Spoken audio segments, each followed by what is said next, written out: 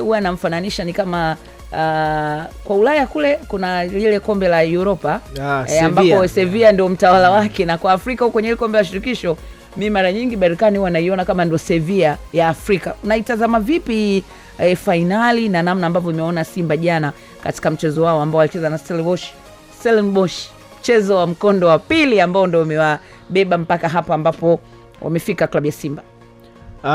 Safari ya Simba ilikuwa ni safari ngumu, hasa ukianzia mshindani wake ambaye walikutana kwenye mchezo wa raundi ya kwanza, Al Ahly Tripoli. Kitendo cha Simba kufanikiwa kumtoa Al Ahly Tripoli tena kwa matokeo mazuri mara baada ya Simba kutoka sare Libya, na walivyokuja Dar es Salaam Simba akashinda mabao 3-1.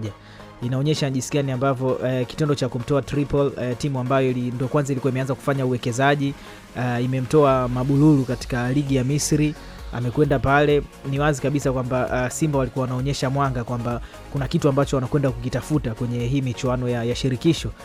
Baadaye wanaingia hatua ya makundi, wanakutana na CS Constantine, CS Sfaxien, lakini wanakutana na Bravos.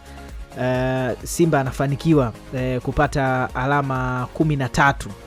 Ni wazi kabisa alikuwa na performance nzuri sana katika hatua hiyo ya makundi, na baadaye anakwenda kwenye hatua ya mtoano ya robo finali, anakutana na Al Masry, anamuondosha, na jana amemuondosha Stellenbosch.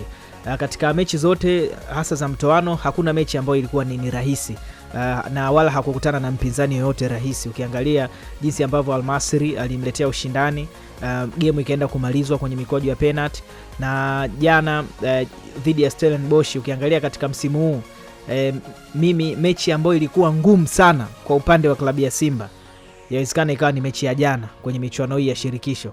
Angalia jinsi ambavyo game ilikuwa tough. Unamuona Eli Mpanzu, Kibu Dennis hawana ule uhuru ambao walikuwa nao kwenye baadhi ya mechi, wanafanya kazi kubwa sana ya kukaba. Inafikia hatua mpaka mwalimu Fadlu anamtoa Mpanzu, anakuja kumuingiza Shemalon Fondo ili kuimarisha ulinzi.